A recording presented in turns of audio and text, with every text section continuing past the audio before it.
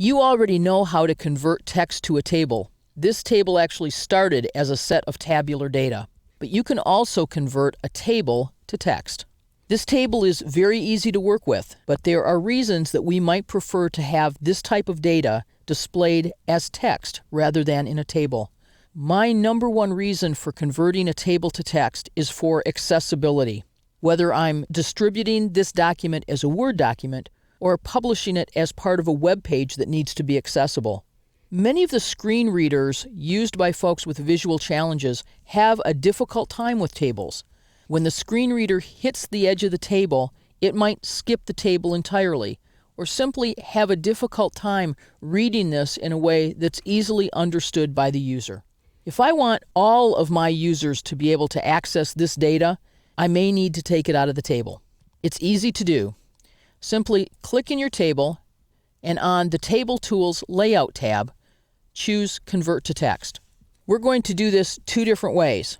First, if my goal is to send this data to another application, for example, to put it in Notepad or to send it to Microsoft Excel, one way I could do this is with comma-separated values, by separating the text in this table with commas. When I click OK, you'll notice that I get a list where each of the elements is listed, then a comma, then the next element. Carpinteria, comma, California, comma, Brian Jeffries, and so on. This would be easy to read, but it isn't really easy to look at.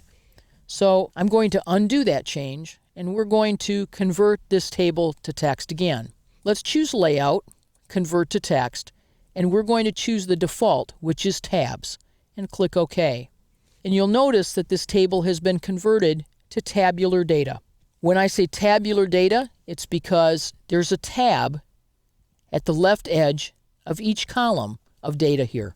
You may recall that if I wanted, for example, to center align the employees column, I could double-click this tab that's at a little over 5.5, select it, and center the data. So I can once again manipulate this data using the tools that I have for tabular data in Microsoft Word. I prefer to work with my tabular text in tables, but I don't always have that choice. If you also need to convert your tables to text, it's very easy to do in Microsoft Word 2010.